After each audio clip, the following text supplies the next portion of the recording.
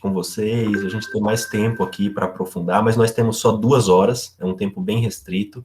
Então, assim, infelizmente, alguns assuntos, talvez eu vou ter que passar um pouco rápido, mas não tem problema, porque essas aulas, elas são, digamos assim, uma introdução sobre aquele assunto que está sendo abordado, né, naquele dia.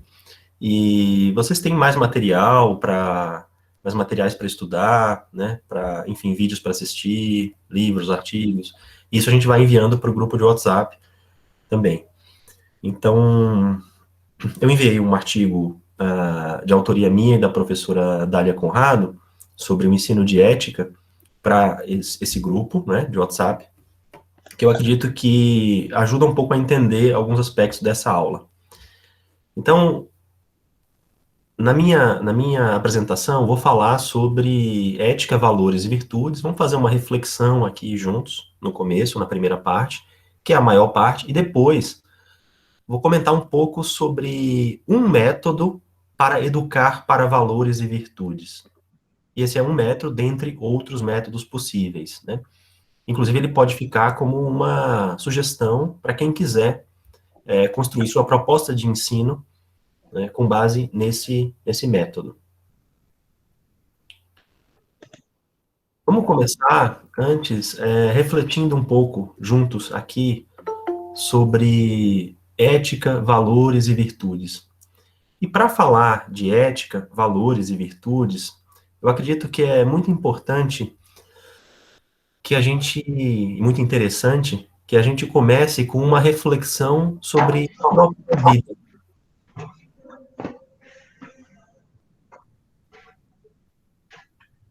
Sobre a própria vida humana, sobre a nossa própria vida, né? Como diz aquela música, deixa a vida me levar, né? Talvez muitos de nós estejam vivendo a vida dessa maneira, né? Simplesmente um dia após o outro, acordando e, enfim, fazendo sua refeição, indo trabalhar ou estudar. Depois, ao final do dia, dorme e acorda no outro dia novamente. E então a vida vai se repetindo, né, dia após dia, muitas vezes sem reflexão, né? Mas é o que eu diria, é o que eu chamaria de viver a vida no automático, né? Como se fosse no piloto automático. Só um momento, talvez tem alguém com o microfone ligado, por gentileza, se pudesse desligar, eu acho que facilita para a nossa comunicação, para evitar o ruído, por gentileza.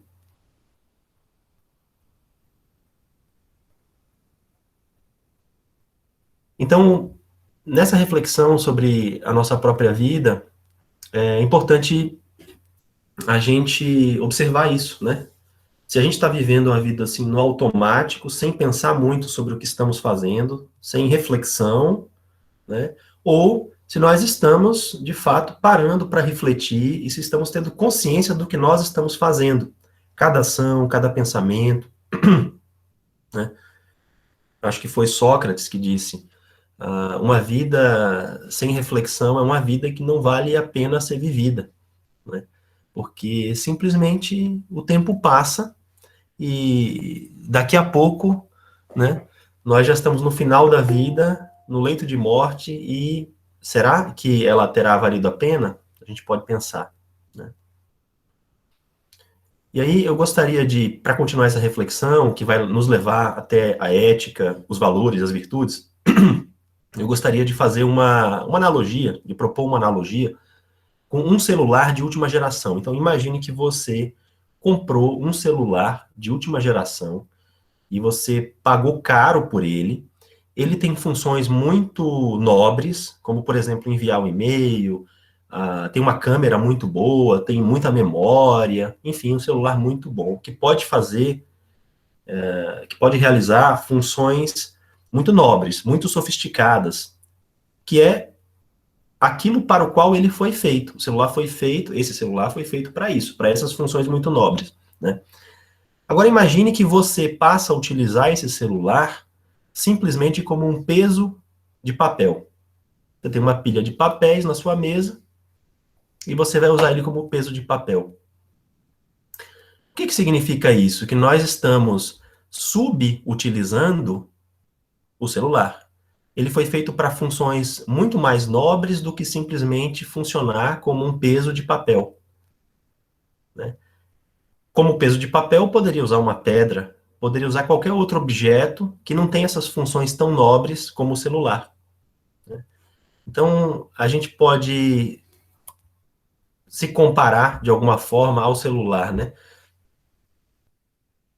Nós que temos, digamos assim, capacidades ou temos potencialidades enquanto seres humanos muito grandes, que, por exemplo, outros animais não possuem, outros seres vivos não possuem, né? Ah, os seres abióticos não possuem. Será que nós subutilizamos o nosso potencial humano? E, se sim, como que nós podemos subutilizar o nosso potencial? Então, vale a pena a gente refletir sobre isso. Será que nós subutilizamos? Subvalorizamos a nós mesmos, nosso potencial como ser humano? E de que maneiras nós podemos fazer isso? Nós podemos nos subutilizar. Essa é uma reflexão sobre o próprio sentido da nossa existência, no fundo, né? E aí, lembro a frase, a música, né? Na verdade, um refrão da música, né? Do Caetano Veloso: existirmos, a que será que se destina? Né? Então a gente pode se perguntar, para que a gente existe, afinal de contas? Qual é a razão da gente existir? Né? Uma pergunta filosófica, bastante profunda, né? Mas que está para além, sua importância está para além do interesse intelectual. Né? Esse tipo de pergunta, ela é uma pergunta mesmo que a gente deve se fazer para a nossa própria vida. Tem um significado, tem uma implicação muito concreta para a nossa própria existência, né? Afinal de contas, para que eu estou aqui? Né? A que me destino? Né? Da mesma forma que o celular se destina para certas funções muito nobres, mas pode ser subutilizado, e eu, ser humano? Vamos supor, né, que nós, humanos, nós seres humanos, nos destinamos à felicidade. Essa é uma boa resposta para a finalidade da vida humana, né? Ou seja, o que a gente deveria objetivar, deveria ter como meta na vida é alcançar a felicidade. Muitas pessoas dirão isso, inclusive muitos filósofos dirão isso, né? Então, acho que é um bom ponto de chegada, ser feliz, né? E aí a gente pode se perguntar que tipo de coisas podem levar à felicidade. Bom, se ser feliz é a finalidade, que tipo de ação, que tipo de situação, que tipo de coisas levam, conduzem à felicidade? Né? E se a gente parar para refletir sobre isso, a gente pode então ter clareza sobre aquilo que de fato pode levar à felicidade e aquilo que, mesmo parecendo levar à felicidade, não leva, né? De fato. Mas talvez leve a uma felicidade superficial ou passageira, né? E nesse sentido, vale a pena retomar uma reflexão, né, muito antiga, já em Aristóteles, no Ética Nicômaco, ou seja, de 2.400 anos atrás, e que foi retomada por Tomás de Aquino no Suma Teológica, que é uma reflexão sobre o que seria a felicidade falsa, em certo sentido. Ou seja, aquilo que parece ser a felicidade, mas não é. E tanto Aristóteles como Tomás de Aquino vão esboçar, vão diferenciar três falsas felicidades, né? A primeira falsa felicidade seria aquela que advém da obtenção de dinheiro e bens materiais. A ideia seria, bom, se eu tiver dinheiro e bens materiais, eu serei feliz. Mas será que será feliz? Né? Ah, com certeza, eu acho que a gente poderia refletir bastante sobre esse assunto aqui, e as pessoas, por vezes, elas meio jocosamente brincam, né? Dizendo que, sim, se eu tivesse bastante dinheiro e bens materiais, eu seria feliz. Mas essa felicidade seria felicidade genuína, verdadeira, duradoura, mais profunda, né? uma pesquisa, por exemplo, com ganhadores de loteria, ou seja, pessoas que ganharam milhões de reais, milhões de dólares, mostrou que essas pessoas, depois de um tempo, elas não tinham tanto dinheiro, passaram a ter, depois de um tempo, elas não eram capazes de manter um nível de bem-estar e satisfação com a própria vida, né, mais alto do que antes, ou mais alto do que outras pessoas que viviam um estilo de vida, por exemplo, de classe média, ou mesmo pessoas pobres. Então, parece que dinheiro e bens materiais não é algo suficiente para conduzir a felicidade. Um segundo caminho que a gente poderia pensar como conduzindo a felicidade seria buscar prazeres sensoriais. Então, prazeres sensoriais estão associados à alimentação, ao sexo, ao sono, né? Ao conforto do corpo, né? Evitar todo tipo de sacrifício do corpo físico, né? Então, pode parecer, sim, que isso conduz à felicidade. Se eu tiver bastante prazer, né, em todos os campos da minha vida, se eu sempre comer aquilo que eu gosto, se eu sempre dormir o quanto eu quero, então eu serei feliz, né? Mas será que isso é felicidade ou isso é muito mais um bem-estar passageiro? Será que em excesso os prazeres sensoriais, o gozo dos prazeres sensoriais conduz a uma felicidade mesmo? Ou ele, na verdade, começa a gerar algum tipo de problema? A alimentação é fácil de pensar isso, né? Por exemplo, o açúcar tem um potencial, digamos, viciante muito grande, né? O açúcar. E a gente sabe o que o excesso de açúcar pode provocar no nosso corpo, né? Então, talvez um bem-estar passageiro, mas nada que dure muito. A coisa parecida a gente pode refletir sobre a honra. Esse é um pouco mais sutil, né? Então, Aristóteles e Tomás de Aquino colocam a honra como sendo fama, querer receber elogios, não receber críticas, né? Isso conduziria à felicidade. Ou seja, se eu for famoso, se todo mundo me elogiar, gostar de mim, se ninguém me criticar, né? Se ninguém deixar de gostar de mim, então eu vou ser feliz. Isso seria a honra. Mas será? Nesse caso, é muito claro que nós estamos colocando a nossa felicidade enquanto seres humanos na opinião que outras pessoas têm da gente. E se essas pessoas mudarem de opinião? Então, automaticamente, se a felicidade está fundada na honra, na fama, nos elogios, em não ser criticado, automaticamente eu deixo de ser feliz se outras pessoas pensarem diferente de mim, né? Então, a gente consegue perceber que esses caminhos, e a reflexão poderia ir além, né? Mas esses caminhos parecem que não conduzem a uma felicidade genuína. Eu não estou dizendo aqui que eles não sejam importantes. Dinheiro, honra e prazeres são parte da vida, né? Em alguma medida, com moderação, eles são bons e são até úteis. Entretanto, eles não são suficientes e, em excesso, eles são até prejudiciais à nossa saúde e à nossa busca por felicidade.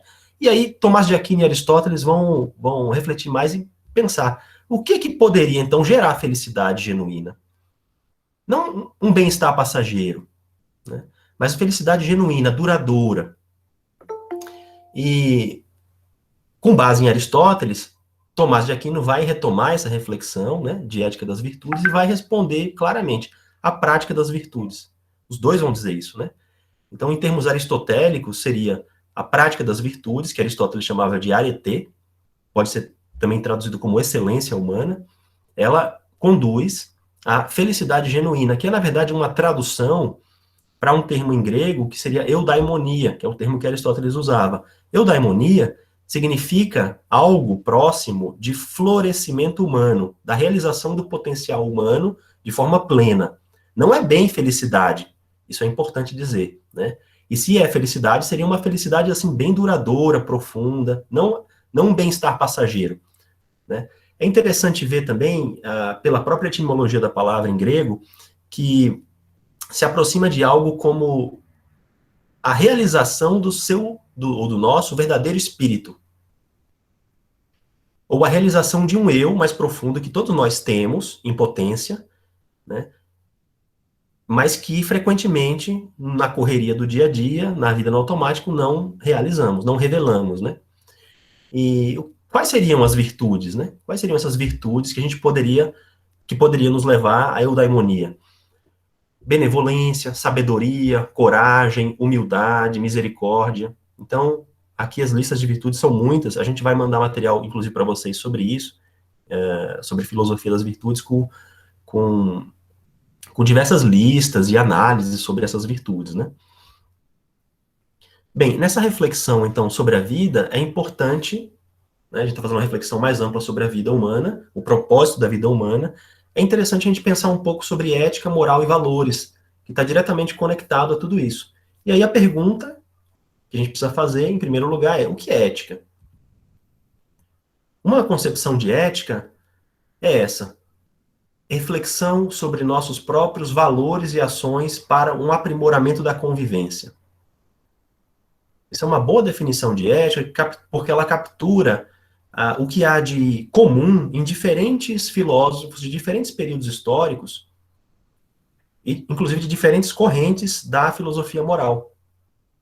Nesse sentido, ela parece ser alguma coisa realmente presente em qualquer definição ou concepção que a gente possa ter sobre ética.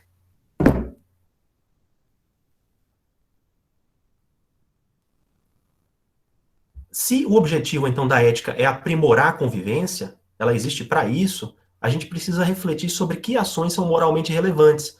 Não é de qualquer tipo de ação que a gente está falando quando a gente fala de ética, mas daquelas ações que são moralmente relevantes. Então, por exemplo, a cor do copo em que eu vou beber água não é tão relevante do ponto de vista moral, do ponto de vista ético, quanto se eu vou beber bebida alcoólica ou não antes de dirigir.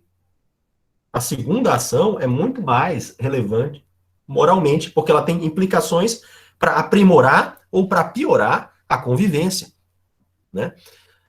O primeiro caso não vai implicar na morte de ninguém ou em melhorar ou piorar a convivência com ninguém, né? Muito dificilmente. No segundo caso, já não podemos dizer a mesma coisa, né?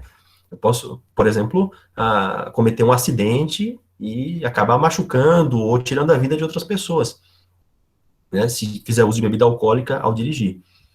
Então, é desse tipo de ação que nós estamos falando, né? E por que a ética é tão relevante? Ou por que nós deveríamos, então, agir eticamente, né? Pode parecer, às vezes, alguma coisa fora de moda falar de ética no mundo contemporâneo, né?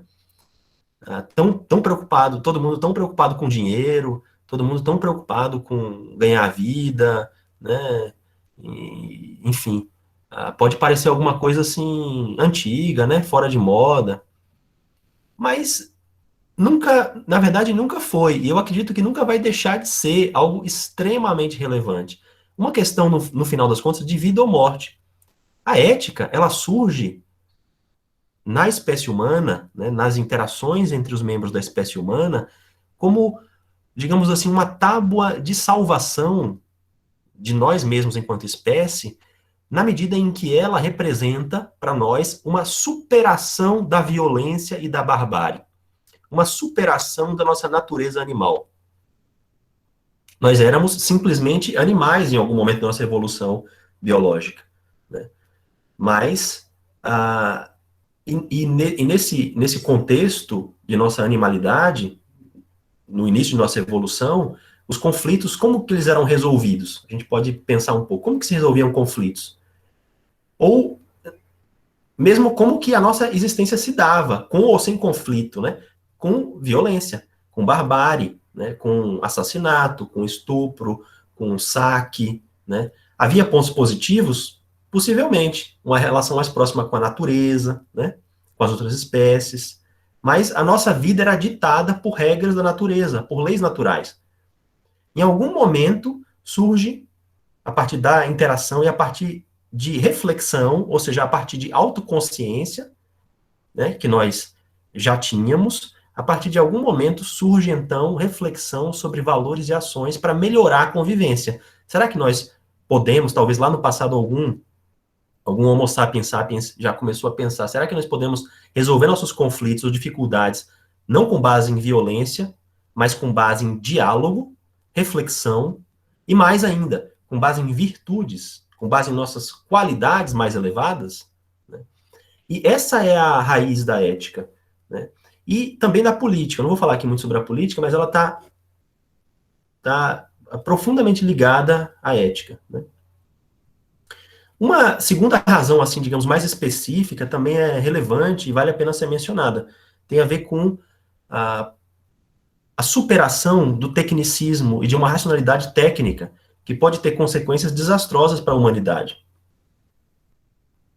A falta de reflexão e a falta de reflexão, em particular, sobre nós mesmos, nossas próprias ações, nossos próprios valores, pode gerar coisas terríveis. E aí eu vou dar só 2 exemplos, mas vocês já podem imaginar todo tipo de exemplo que, na história da humanidade, nós acabamos por realizar por conta de uma falta de reflexão de natureza ética sobre nós mesmos, sobre a sociedade. O Projeto Manhattan, né, que foi um projeto científico-militar financiado pelo governo americano e que engendrou a bomba atômica. Né? Então, cientistas, né, se envolveram no projeto junto com militares e o resultado foi a bomba atômica.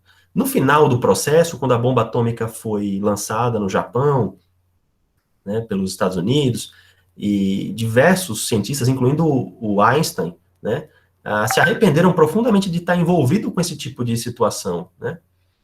Ou seja, é pensar que a formação, por exemplo, do cientista, a formação do biólogo, do físico, do químico, e também até mesmo a formação de profissionais nas ciências humanas, né, a formação de todos nós, seres humanos, né, uns mais, outros menos, mas a formação nossa ainda é muito deficiente do ponto de vista ético. E educação em ética, né, ensino de ética. Um outro exemplo muito marcante é o da eugenia, que tem relação profunda com a história da genética na biologia e com o próprio nazismo na Alemanha. Né? Então, a eugenia, né, que está associada ao Holocausto, ao racismo, a uma série de preconceitos e ações muito violentas, né? Só foi abandonado por conta da queda do nazismo. Como ela estava colada com o nazismo, quando o nazismo cai, ao final da Segunda Guerra Mundial, a eugenia cai junto, como uma teoria genética dos nazistas. Mas talvez não fosse isso, a eugenia estaria aí hoje como uma teoria, mais uma teoria genética, uma perspectiva dentro da genética válida. Né?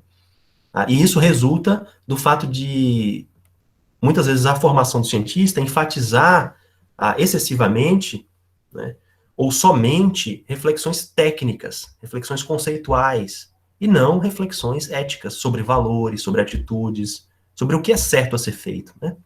Será? Muitos cientistas estavam envolvidos com eugenia, com o nazismo, talvez eles não se perguntavam a si mesmos se aquilo era certo de ser feito, mas se colocavam questões técnicas, como fazer. Quando um cientista se coloca, individualmente ou em grupo, né, numa comunidade, questões sobre como fazer, sem antes perguntar sobre devemos fazer, então ele está assumindo uma resposta já ética respondida. E está assumindo que a questão técnica é a mais relevante ali, é a mais importante, né? E isso é um perigo. Nesse contexto, então, vale a pena a gente diferenciar entre 3 modalidades do ser, né? Os fatos, aquilo que é, as possibilidades, aquilo que pode ser, e as escolhas, que estão associadas em nós, agentes morais, ou seja, seres éticos, morais, aquilo que deve ser, né? Uma coisa é como é, por exemplo, como eu me alimento hoje, né? É um certo hábito, um certo padrão, né? Outra coisa é como pode ser. Com certeza eu posso ser, na minha alimentação, nos meus hábitos alimentares, diferente do modo como eu sou de fato. Né? Há diversas possibilidades que eu não realizo na minha vida, mas que eu poderia. Então, se eu parar para refletir, eu posso ver outros caminhos possíveis. Isso que vale para mim, vale para qualquer um de nós e vale para qualquer aspecto da nossa vida. Né? Para além do que é e do que pode ser, ou seja, das possibilidades, nem sempre realizadas, né, existe o domínio do que deve ser. E o dever ser está ligado a uma escolha. Então, a partir de um exame das possibilidades, ou mesmo a partir simplesmente de relações de causa e efeito que me influenciam, mesmo sem eu ter consciência delas, né, a gente toma algum tipo de decisão, ou a gente é levado a agir de um certo modo, né. Esse tipo de... A palavra escolha aqui, a gente pode até depois conversar sobre ela, mas o ponto central aqui é que nós decidimos, nós tomamos decisões né, sobre aquelas possibilidades que estão dadas, ou outros tomam decisões por nós sobre as possibilidades que estão dadas, né, e a gente acaba por realizar como um dever, ou seja, como algo normativo, como algo que deve ser uma daquelas possibilidades. Claro que nada disso aqui é estático, né, é muito dinâmico, né, e com uma série de influências mútuas. Então, o modo como eu escolho ser, que é o que eu penso que deve ser com base em um argumento, se eu reflito conscientemente, criticamente, pode alterar o meu conjunto de possibilidades, né? E o próprio modo como eu sou, porque aquilo passa a ser como eu sou, nesse exemplo, com relação à minha alimentação. Nesse sentido, a gente vai caminhando para uma... A gente tem as bases, né, para uma diferenciação entre natureza e ética, que é bem fundamental aqui. Na natureza, as coisas... A natureza, nós falamos sobre o que é, o que pode ser e o que deve ser. A natureza é o domínio do que é, né? Ou seja, na natureza, as coisas simplesmente são. Os fenômenos simplesmente são. Em que sentido? Por exemplo, se eu solto uma bolinha, tem um exemplo de uma bolinha azul, se eu solto uma bolinha, qual é a tendência? O que vai acontecer? O que é, nesse caso? Simplesmente a queda da bolinha para baixo, né? A bolinha, se ela está solta na superfície da Terra, como tem a força da gravitação, né, uma lei da gravitação universal atuando sobre a superfície da Terra, ela vai ser atraída para o centro da Terra. Então ela não vai viajar e fazer movimentos circulares, ela não vai criar nada, né? Mesma coisa uma flor, né? A flor tem um desenvolvimento que está previsto por leis físicas, químicas, biológicas, pertinentes a esse tipo de fenômeno, né? A mesma coisa uma pedra, né? A pedra responde às leis físicas e químicas, ao que acontecer com ela. Ela não tem criatividade, ela não vai falar, né?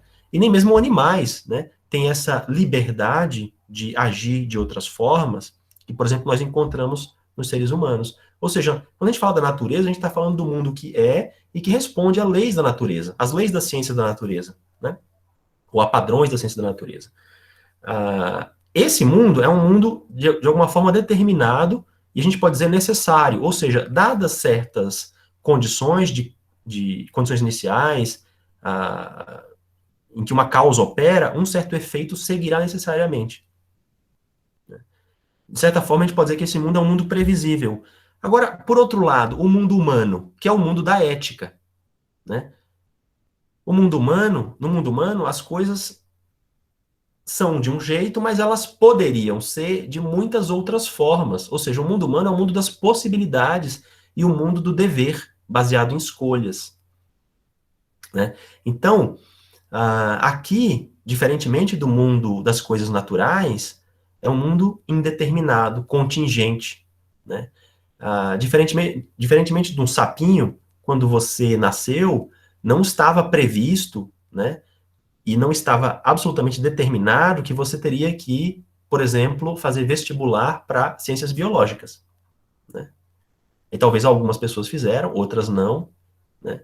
Mas isso derivou de uma série de possibilidades e de escolhas que se deram sobre essa base da natureza. Isso não significa que nós não tenhamos uma base natural, biológica, obviamente, né? Nós somos um corpo, somos um animal, mas nós temos uma segunda natureza, né? Digamos, uma natureza humana, que é caracterizada essencialmente pela capacidade de reflexão sobre nós mesmos, sobre valores e ação. E nisso reside a ética, né? Nesse sentido, vale a pena a gente refletir sobre o potencial humano, né? E o que é possível para os seres humanos. E o potencial humano, diferentemente do potencial de um sapo, ou de uma pedra, ou de uma flor, ou do sol, ou de uma bolinha, ou seja, de objetos do mundo natural, ele não está dado por leis físicas que dirão o que vai acontecer com a gente, né? Ou o que nós podemos realizar enquanto uma realização do que nós temos em potência, né? E nesse sentido, o céu é o limite, né? Literalmente, o céu é o limite. A gente não pode determinar de antemão o que é uma limitação para um ser humano. Significa que, então, a gente agora, de repente, pode fazer o que a gente quiser? Por exemplo, eu posso voar agora, se eu quiser? Não, não significa isso, né? As leis da natureza continuam operando, mas o potencial humano de realizar aquilo que parece impossível, ou como é tido como impossível, por uma análise puramente factual, científica da realidade, é algo que está na nossa própria natureza, né? Na nossa própria segunda natureza. E aí, eu não vou me estender sobre isso, porque seria um outro assunto, né? Mas vale a pena a gente observar algumas capacidades extraordinárias que não são explicadas pela ciência, né? Ou pelo menos pelas ciências naturais, como, por exemplo, genialidade, né? E aí fica essa referência aqui para vocês, depois vocês podem consultar, inclusive o filme sobre esse matemático, o Srinivasa Ramanujan. Eu não estou falando aqui só de inteligência. Inteligentes, muitos de nós somos, né? Mas eu estou falando aqui de genialidade, alguma coisa que realmente é extraordinário, assim, é incrível, né?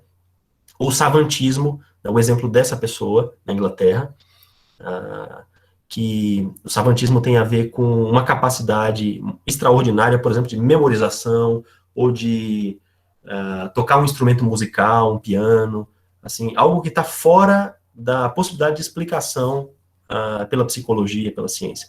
Ou mesmo fenômenos paranormais, como os carismas do espírito, dos santos católicos, ou siddhis do hinduísmo, né? Fenômenos como clarividência, como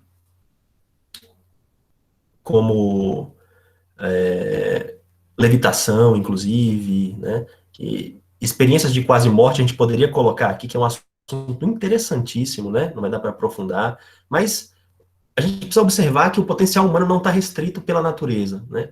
Ou seja, em certo sentido, isso a própria ciência está ajudando a mostrar, pouco a pouco, que nós não somos simplesmente restritos, né, pela nossa própria natureza.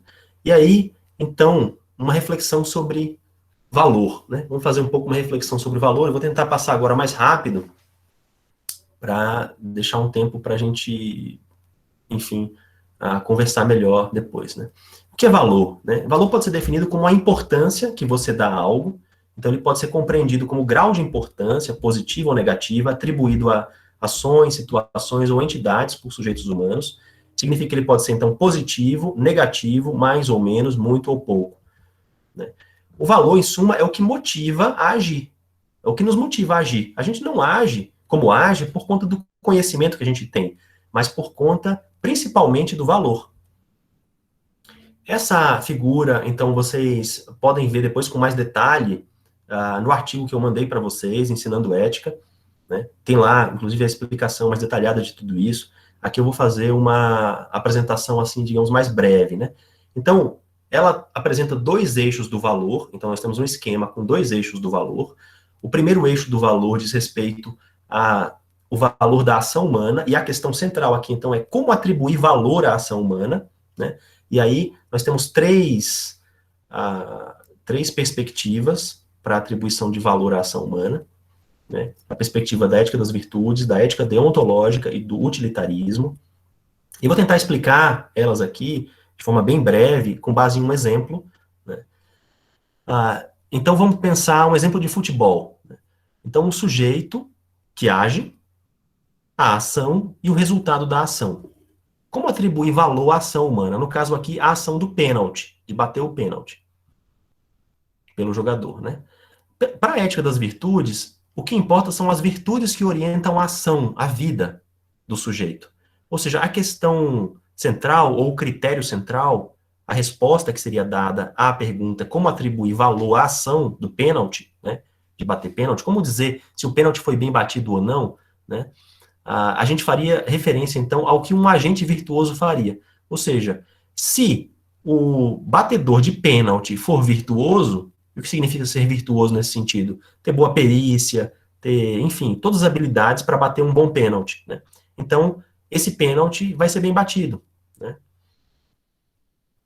Então, o foco é sobre o sujeito que age.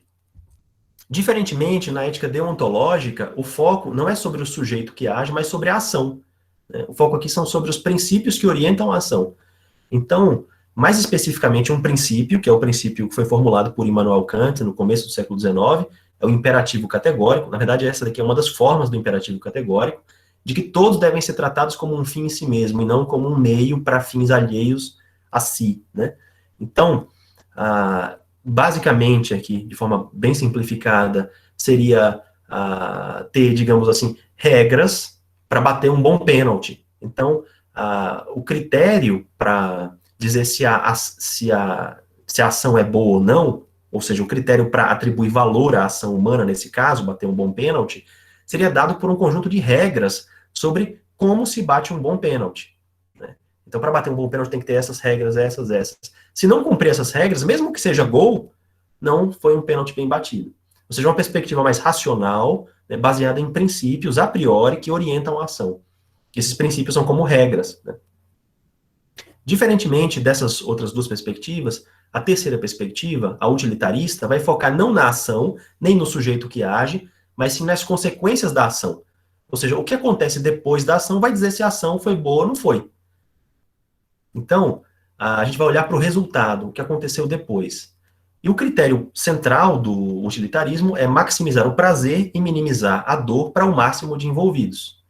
Então, se maximizou o prazer para o máximo de envolvidos, ou reduziu a dor para o máximo de envolvidos, então a ação foi boa. Então a gente pode pensar que se foi gol, então a ação foi boa, porque gerou, digamos assim, o máximo de satisfação para os envolvidos, no caso, os companheiros de time daquele que bateu o pênalti. Se o goleiro pegou a bola, então não foi uma ação boa, né?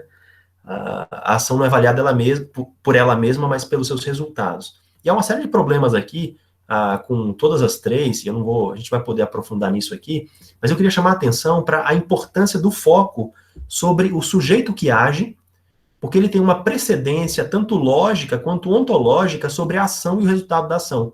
É claro que o sujeito existe antes da ação ser realizada e do efeito da ação. Né? Ou seja, isso significa que há uma certa precedência da ética das virtudes sobre a ética deontológica e utilitarista. E esse ponto é bem importante para o nosso argumento. Eu vou deixar um exemplo aqui para vocês, de um professor, a aula e os resultados da aula, para vocês pensarem, e vou mandar os slides para vocês pensarem e aplicarem esses critérios da filosofia moral, do eixo 1 do valor, a esse tipo de situação. Bem, o segundo eixo do valor diz respeito o valor dos seres, não o valor da ação, mas o valor dos seres. E aí nós temos dois grandes tipos de valor, né, que a gente poderia chamar de valor real, que é um nome mais simples para valor intrínseco, e valor de uso, que é uma expressão mais simples para valor instrumental. Né. Pessoas têm valor real, ou seja, intrínseco, isso é mais fácil de reconhecer, enquanto que ferramentas, né, ou objetos têm valor de uso ou instrumental. Ou seja, eles podem ser usados como objetos para fins alheios aos deles, né? Enquanto que pessoas, a gente não poderia fazer isso. E aí, uma reflexão, eu vou deixar mais para vocês fazerem mesmo após a aula, né? Que valor você reconhece no mundo, real ou de uso? O que ou quem tem mais valor para você? Então, por exemplo, o dinheiro e os amigos. Quem tem valor real, quem tem valor de uso? E será que nós vivemos um período histórico em que há inversão de valores? Quem deveria ter valor real tem valor de uso e vice-versa? A própria saúde e o prazer imediato. Quem tem valor real, quem tem valor de uso. A questão dos valores, no eixo 2, está diretamente ligada à questão da consideração moral. O que significa considerar moralmente? Não causar dano, sofrimento, né? Considerar os interesses primários de sobrevivência desses seres, que são considerados moralmente, e isso equivale a atribuir, então, valor intrínseco. Seja ao ser humano, animal, ou mesmo não vivo, por ele ter valor por seus próprios interesses.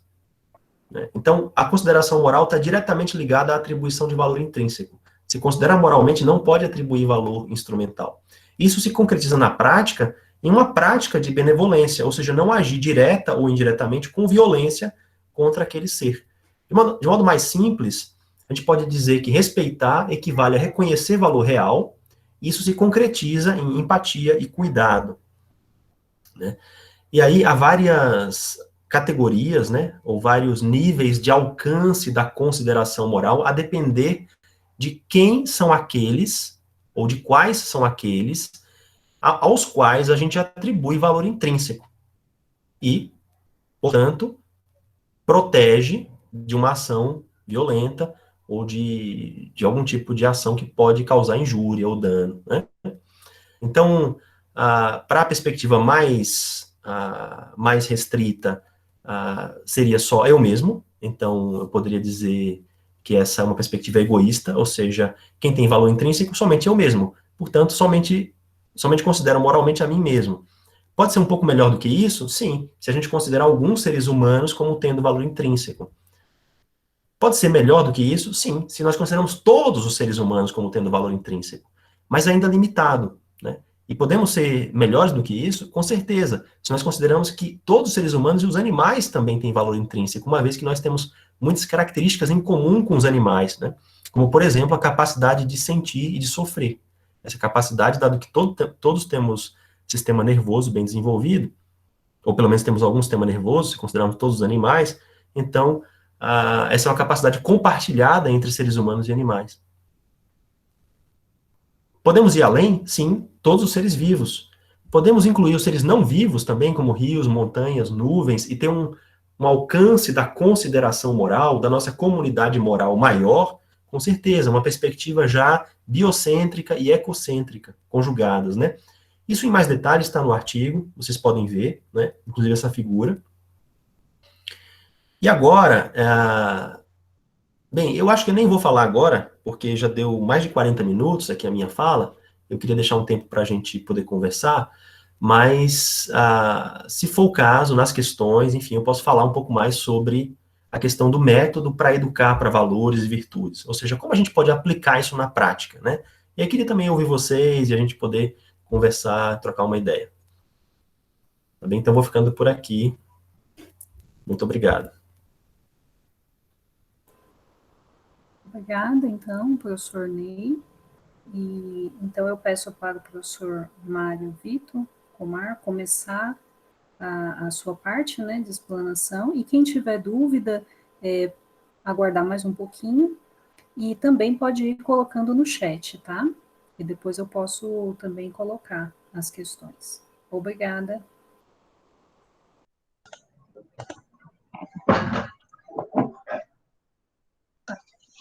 Realmente, depois da fala do Ney, a gente fica quase sem palavras, né? Porque ele tocou em todas as questões que dizem respeito do indivíduo na sociedade.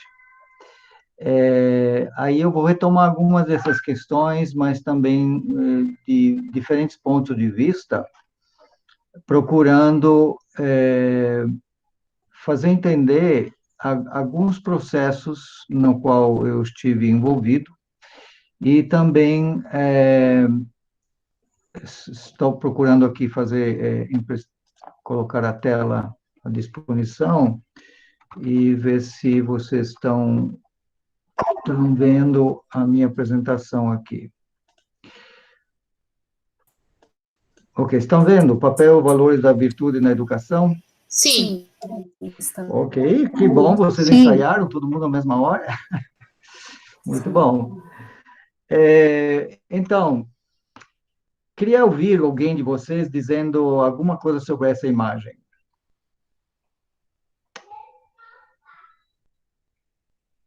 O que ela traz para vocês? Que sensações, que sentimentos, que pensamentos ela evoca? Não todo mundo à mesma hora, tá? Algo que exige muito esforço. Sem dúvida. Quem mais? Que é possível superar barreiras através do esforço. Sem dúvida. Que mais? Muitas vezes nos sentimos cansados. Sem dúvida. Nessa imagem, qual é o elemento motivador?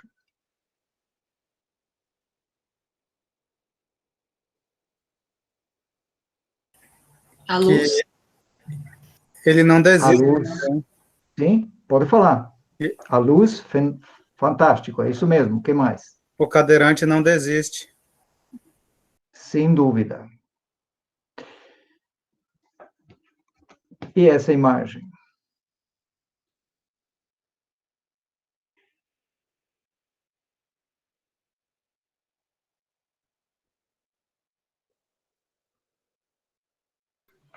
Não seguir o rebanho.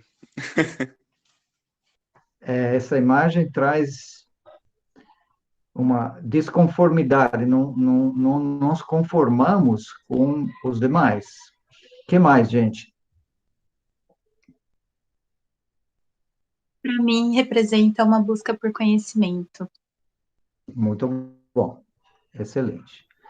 Então, estamos condicionados nessa bola no meio do espaço, é a nossa pátria comum, e a questão é como trazer sentido e propósito para nossas vidas.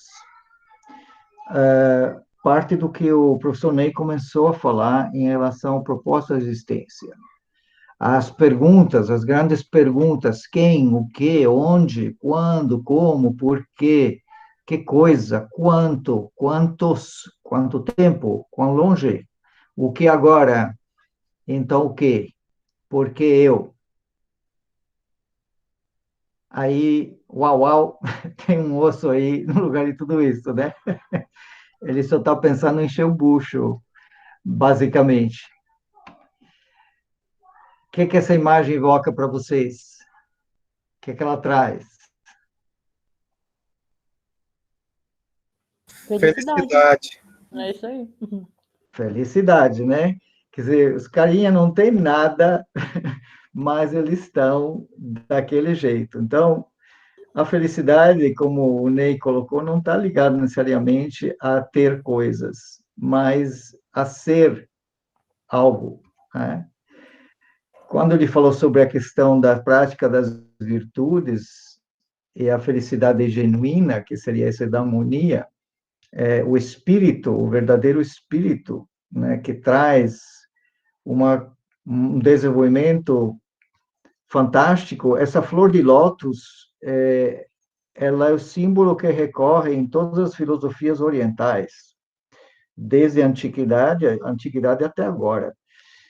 E qual é a mensagem da flor de lótus? Alguém sabe qual que é a síntese dela? É que ela nasce num ambiente bem. Ela sai, né, em busca da luz, algo assim. Ou eu estou enganada? Não, é isso mesmo. Ela nasce num ambiente lamacento, escuro, frio, sujo, mas tem algo dentro dela que a impulsiona para cima. Ela tem uma compreensão, uma condição, digamos, de percepção de que lá em cima tem algo extraordinário que vai deixar que ela realmente se abra perfeitamente limpa e pura, que é realmente um símbolo, então, da alma humana. A alma humana pode nascer na pior das situações, o ser humano nasce nas piores situações, mas algo que aquela característica indescritível, né, que o Ney estava colocando, que não é quantificável, mas da qual nós temos certos sinais e provocações e compreensões mais profundas, que está ligada a essa luz, a essa força, a esse poder. Então, é um símbolo no Oriente da alma humana, justamente toda essa condição de sabedoria, coragem e todas as qualidades. E tem a questão também do grupo, né, de se reconhecer dentro de certos processos coletivos. Então, a gente vai trabalhar um pouco essa questão do indivíduo, do coletivo, e chegar com alguns exemplos mais concretos. Tudo isso ele está ligado a esses 4 elementos, né, que de alguma forma integram essa busca do ser humano para sentido. Você, na junção da paixão com a missão, você se torna aquilo que você ama. Eu amo trabalhar no sentido do desenvolvimento da compreensão, eu procuro professar aquilo que acredito, né?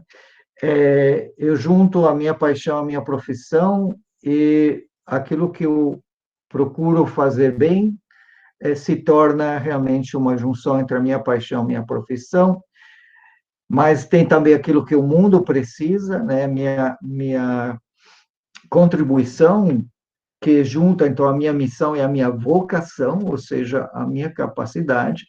E quando junto profissão e vocação, eu gero uma condição de permitir que mantenha osso e pele juntos, né? Que eu gere alguma renda, tenha alguma família, tenha alguma profissão e vocação que me ajude a viver. E como já foi mencionado, alguém gostaria de ler esse trecho? Pensamos de Aristóteles. Pensamos. Ninguém? Alguém? Pensamos que o homem verdadeiramente bom e sábio suporta com dignidade todas as contingências da vida e sempre tira o maior proveito das circunstâncias. Obrigado, Victor. Então, todas as contingências da vida estão para nosso sustento, nosso desenvolvimento. A felicidade, para o mesmo Aristóteles, corresponde ao hábito continuado da prática da virtude e da prudência. Por sua própria natureza, os homens buscam o bem e a felicidade. Mas esta busca só pode ser alcançada pela virtude. 2000, quase 500 anos atrás, né? Essa busca pela felicidade só pode ser alcançada pela virtude. E o que é isso? Né? Vamos aprofundando.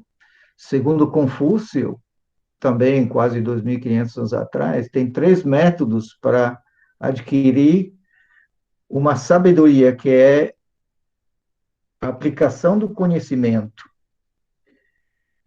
O primeiro método é por reflexão. Refletir sobre as coisas. Ação, reflexão. Eu faço alguma ação e eu tenho uma reflexão a respeito, que me coloca numa situação mais nobre, mais elevada. Segundo método, por imitação, que a maioria das pessoas fazem, imitando. E o terceiro, por experiência, que é o mais amargo, né? Em vez de aprender com os erros dos outros, eu continuo errando. Quem gostaria de ler esse de Einstein?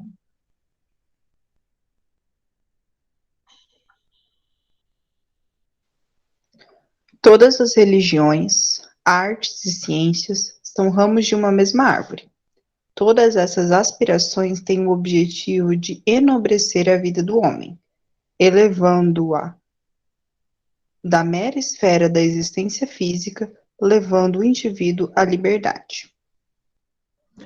Então, esse conceito de apenas existência física está trabalhando essa libertação do plano físico, como o Ney falou agora há pouco, passar da fisiologia animal, que faz parte da nossa realidade, a um outro tipo de percepção e de ligação com essa sabedoria, esse conhecimento aplicado, que é o que Sócrates coloca, né, de conhecer a nós mesmos, vai trazer o conhecimento dos deuses e o universo, ou seja, de todas as forças que existem, nas quais estamos inseridos. O segredo da mudança é focar toda a sua energia, não é lutar contra o que é velho, mas sim construir o novo. Então, por exemplo, essas nossas conversas são para construir algo, né? Baseado nas experiências do passado, como construir o novo. Não lutar contra aquilo que já aconteceu, não se autocomiserar, né? Não se auto-vitimizar, mas construir algo que seja realmente uma evolução. Pascal falou que estamos cheios de coisas que nos lança para fora. Nosso instinto nos faz sentir que é preciso procurar nossa felicidade fora de nós. As nossas paixões nos levam para fora. E assim mesmo que os filósofos digam, recolhei-vos em vós mesmos, aí encontrareis o vosso bem, não se acredita neles. Vamos evoluindo no nosso pensamento, pensando também, novamente, mais de 2.500 anos atrás, Buda Siddhartha Gautama falou que cessar o mal, cultivar o bem, purificar o coração, esse é o ensinamento dos Budas. Que pureza e impureza dependem de nós mesmos, que ninguém pode purificar outra pessoa. Então, a mudança inicia pelo indivíduo e se conecta com os nossos, os seres imediatamente ao nosso lado, nossa família, nossos amigos, enfim, nossos colegas, a sociedade. Victor Hugo fala que a suprema felicidade na vida do homem é ter a convicção de que somos amados. Essa condição de amor e ser amado, ele diz que amar uma outra pessoa é ter a possibilidade de ver a face de Deus, né? Chegar a esse ponto de trazer essa condição de capacidade de amar e de sentir também o amor do outro, nos coloca numa situação realmente superior. Rumi já fala que o propósito de Deus para nós, para o ser humano, que ele adquira olhos que veem e um coração compreensivo. Deus dele a vida e concedeu a você seus atributos. Eventualmente você retornará a ele. Essa condição de estar numa presença e voltar para essa presença. Já Ralph Waldo Emerson, um poeta escritor do século XIX, coloca que o objetivo da vida não é ser feliz. Olha só, não é ser feliz. É ser útil, honrado, compassivo, fazendo com que nossa vida bem vivida faça alguma diferença. Então, no frigir dos ovos, a nossa passagem por aqui trouxe algo que pudesse desenvolver tanto o ser humano como o coletivo, como as instituições, como a própria civilização. Viktor Frankl, que foi jogado em campo de concentração por muitos anos, em cela solitária, onde as pessoas não resistiam, se suicidavam, ele fala o seguinte: quanto mais uma pessoa esquece-se de si mesma, dedicando-se a servir uma causa ou amar outra pessoa, mais humana será e mais se realizará. Ou seja, a condição de realização está ligada à capacidade de servir alguma causa ou de amar alguém. O sentido da vida difere de pessoa para pessoa, de um dia para outro, de uma hora para outra. O que importa, por conseguinte, não é o sentido da vida de um modo geral, mas antes o sentido específico da vida de uma pessoa em um dado momento.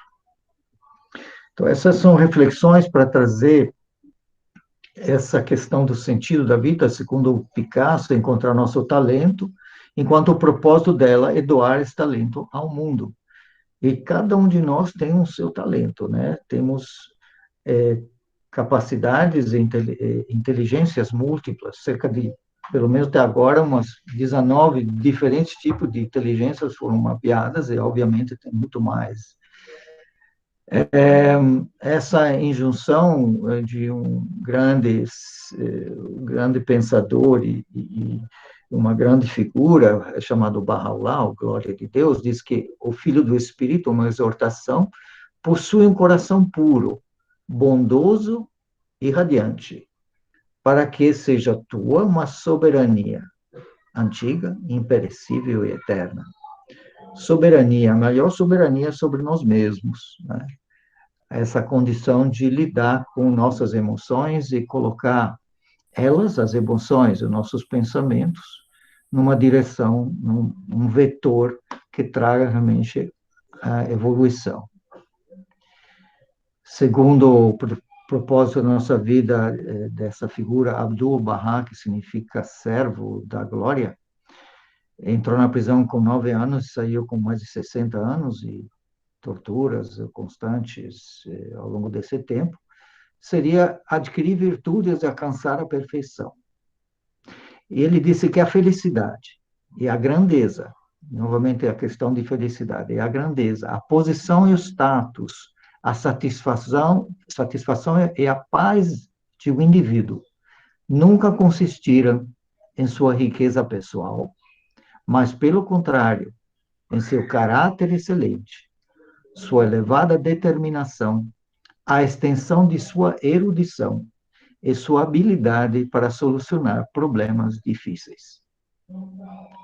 Um grande pensador, Herbert Spencer, do século XIX, beirando XX, perguntou para a sociedade qual que seria o maior conhecimento que a humanidade precisaria para evoluir. Eu faço essa pergunta para vocês. O que vocês acham que é o maior conhecimento para a evolução da humanidade? Eu vou até colocar isso aqui.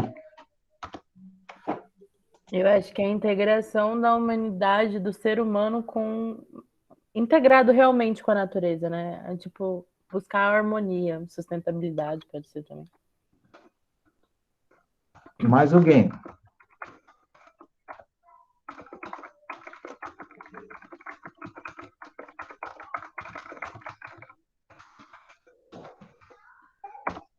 Buscar integração, é isso? Isso.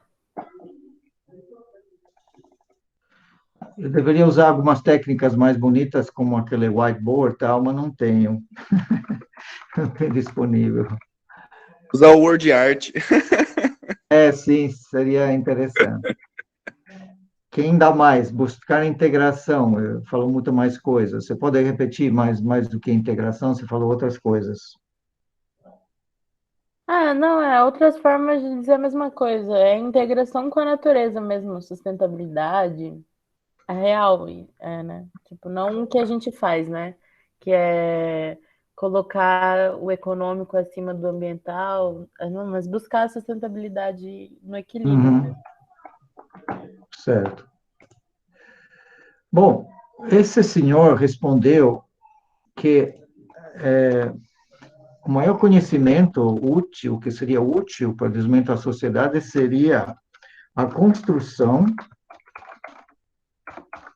e o refinamento do caráter humano. Chegou a dizer que caráter é superior a intelecto. Aí eu faço essa pergunta, vocês concordariam com isso?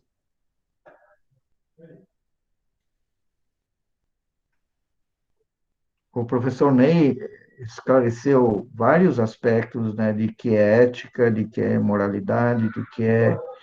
A gente vai passar em algumas questões, mas se uma pessoa dotada de um bom caráter, mesmo se o seu grau de inteligência seja relativamente modesto, ele sempre vai ser de serviço aos outros, né? Isso é um fato, né? Um propósito coletivo agora seria ter amor a todos, amar a humanidade, se esforçar para servi-la, trabalhar pela paz e fraternidade universais. Aí vem a questão da ética, da relação com o coletivo, né?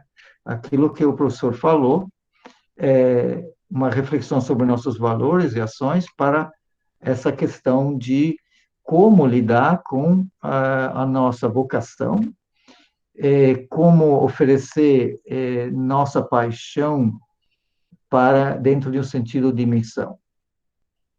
Então, a gente vem a definir assim, um duplo propósito, tanto uma transformação individual, para ajudar nós mesmos e as pessoas a adquirirem qualidades que estão ocultas na sua mina, né? Nós temos uma mina dentro de nós, que é o nosso potencial, Educar vem justamente disso, educo, ex duco, né, de latim. Duco significa dirigir, ex de dentro para fora. Então, o verdadeiro processo de educação é um processo que ajuda o indivíduo a desenvolver o que ele já tem, essas minas, né?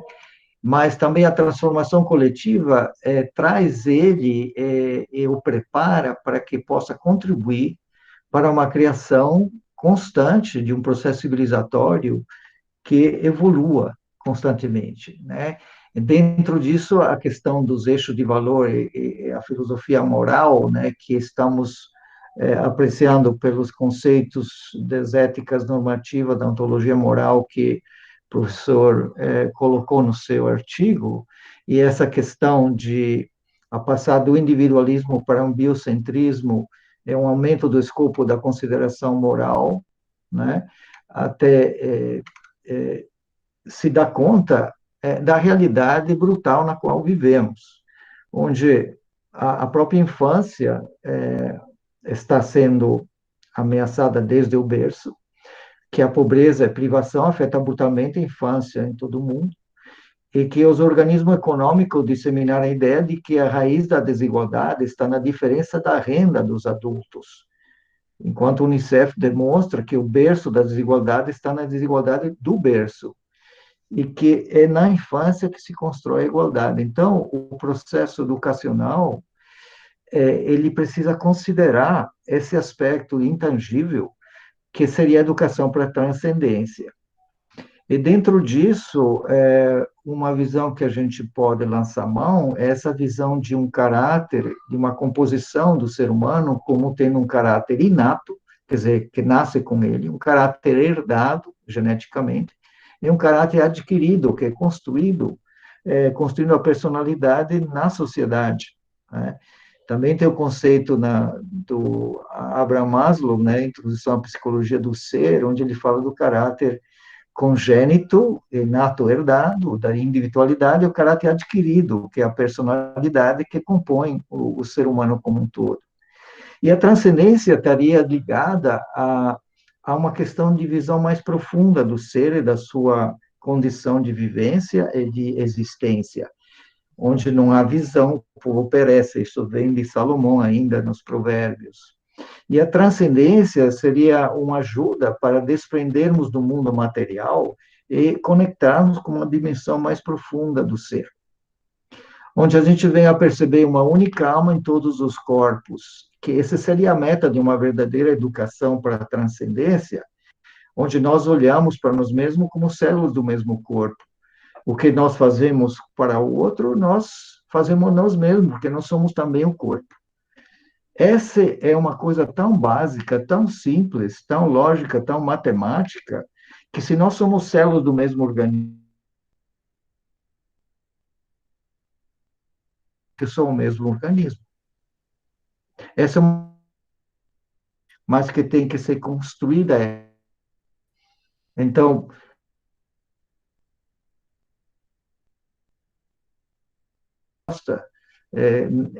nessa equação, é que nós começamos com o mundo mineral, que tem capacidade de coesão. Tudo que existe na nossa frente, mundo mineral, vegetal, animal e ser humano, ele é composto, é composição.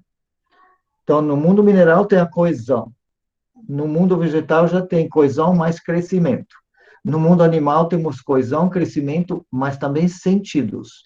E no mundo humano, além disso, temos espírito humano ou alma racional, capacidade de perceber as coisas.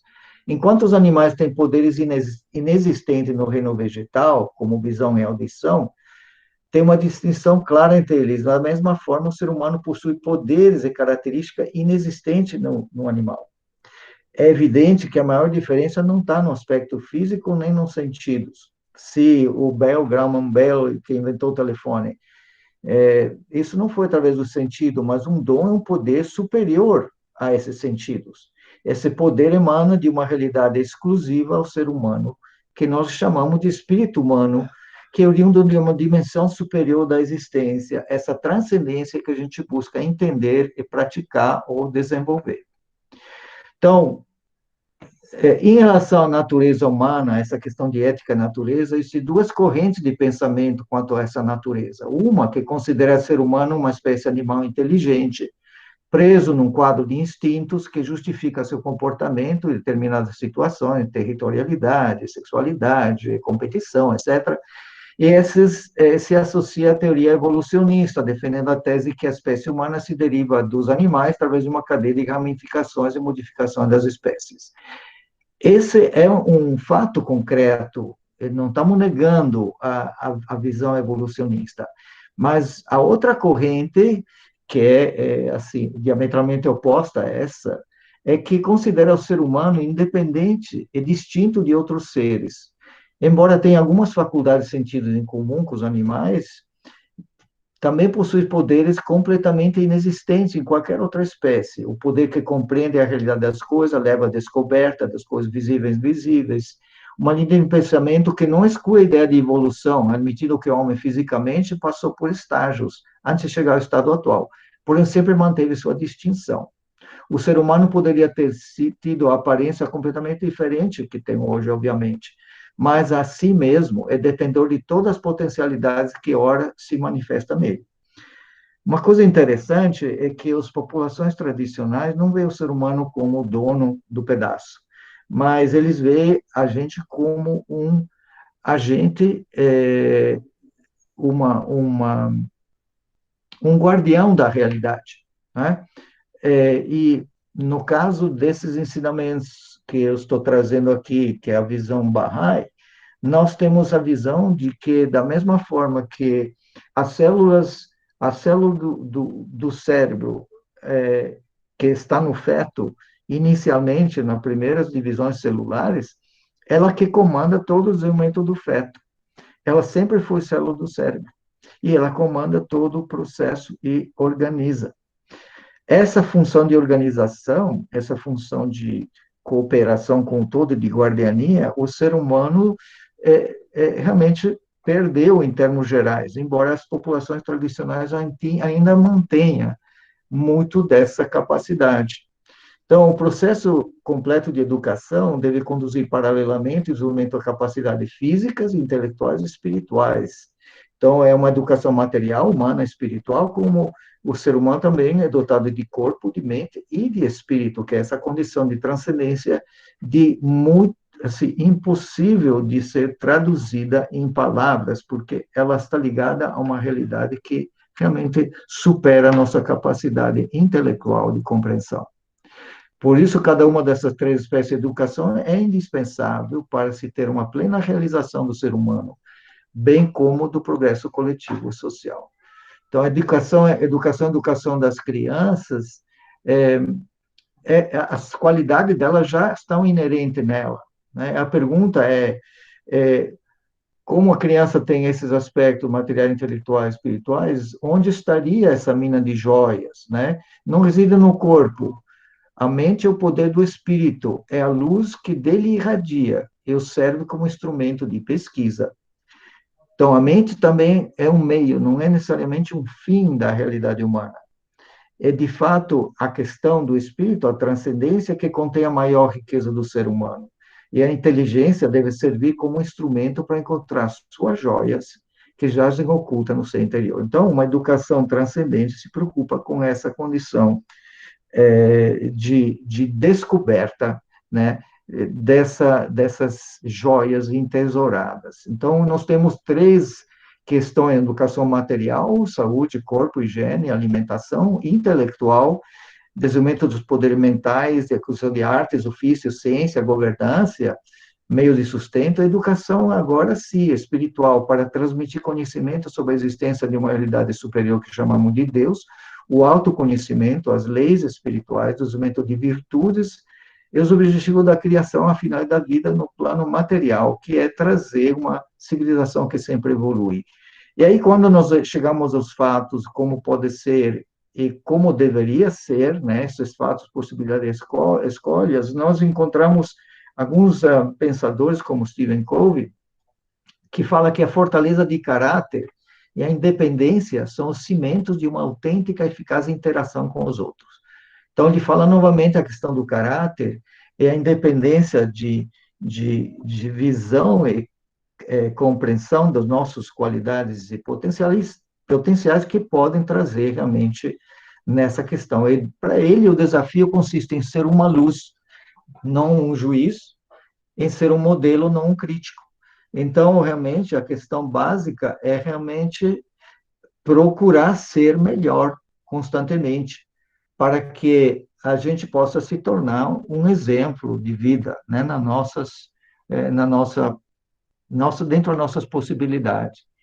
E aí vem a questão da liderança, né, um tipo de liderança que é ética, moral, que seria uma liderança diferente das 4 lideranças, digamos, reconhecida como autoritária, paternalista, manipuladora, ou líder que sabe de tudo, que está ligado a um ego, e que está, onde o líder é o topo da pirâmide, ele é o bambambam, bam, bam, ele que manda, ele que comanda, ele que organiza, ele que diz o que tem que ser feito.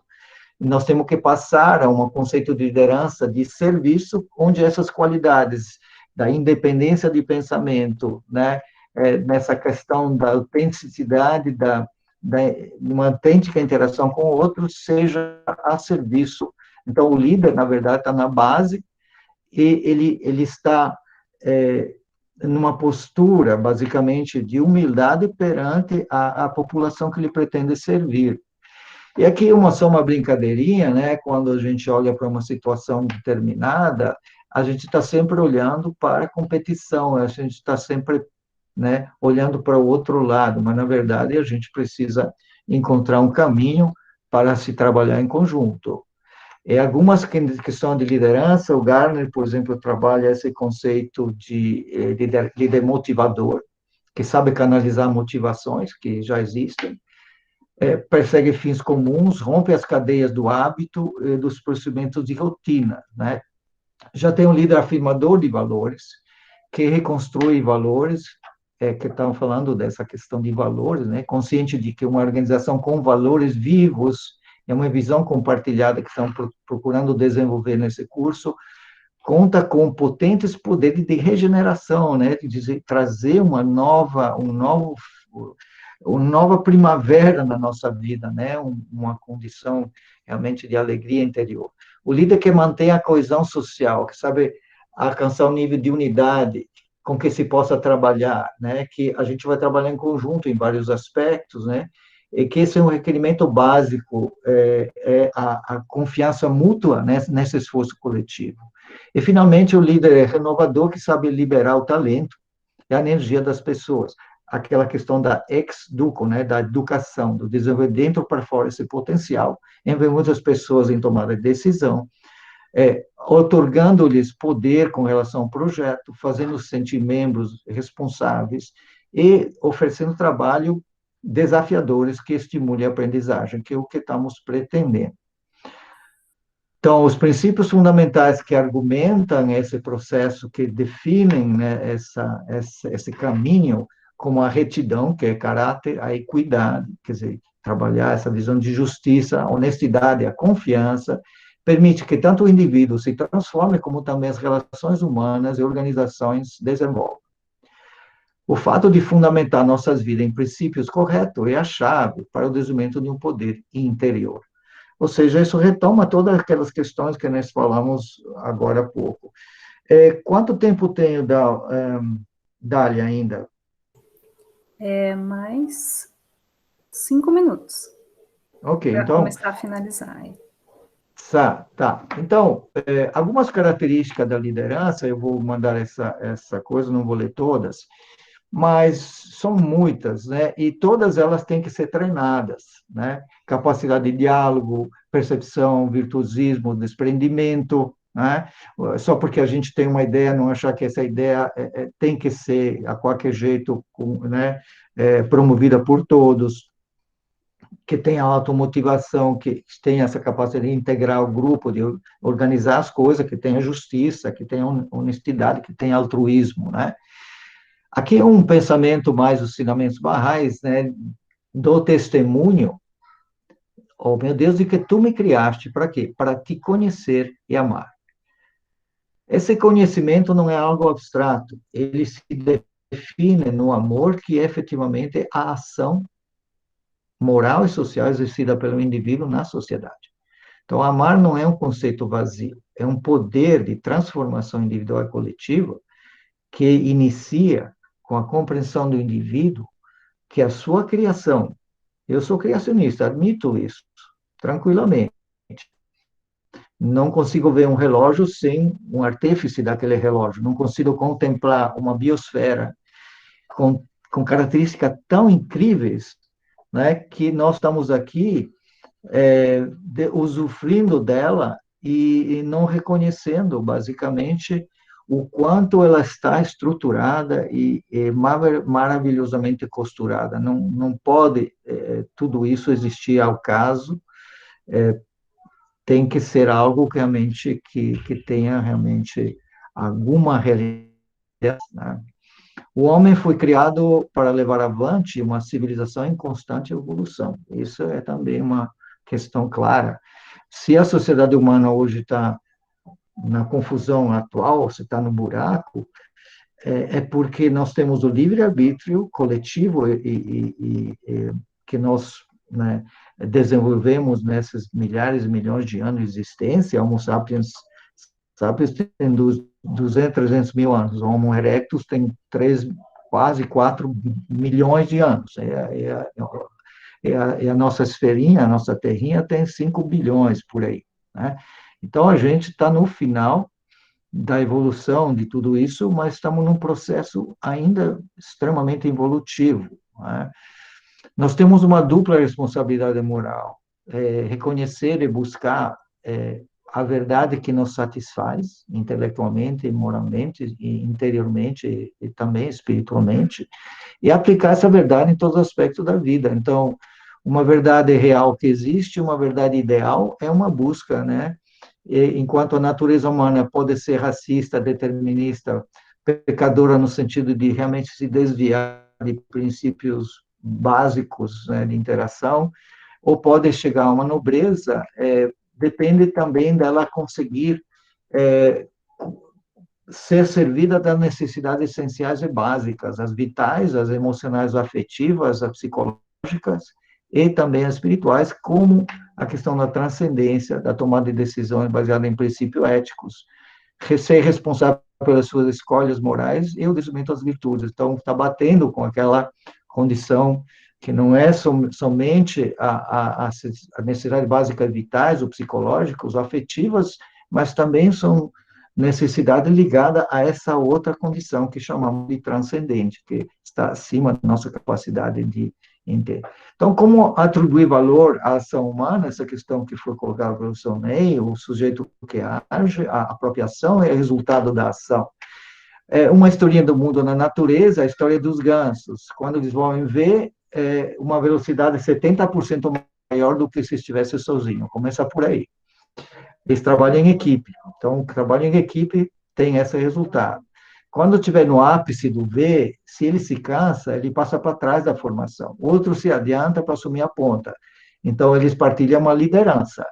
Quando alguém diminui a velocidade, os que vão atrás grasnam, né, encorajando os que estão na frente, são amigos.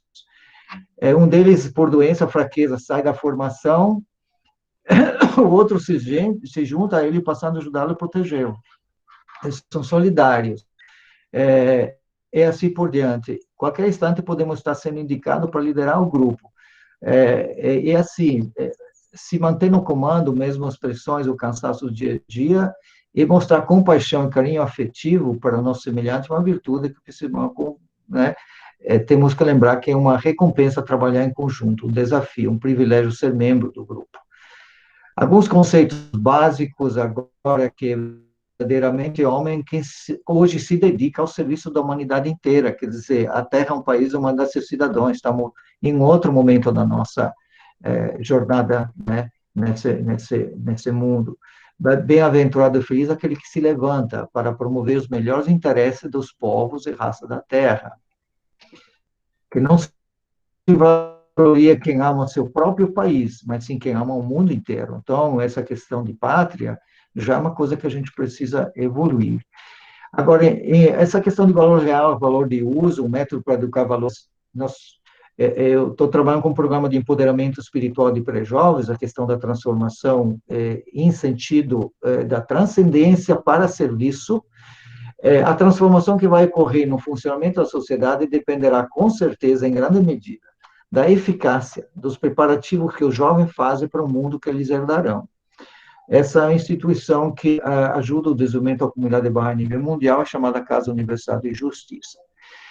A característica desse trabalho com pré-jovens, de faixa etária 12 a 15 anos, um tempo de duração de 3 anos, ela é aplicada para tanto os membros da comunidade Bahá'í como outras pessoas amigas, capacita um monitor, no caso do livro 5, são uma estrutura de vários livros, que ajuda o desenvolvimento de capacidades que foram colocadas como liderança, né?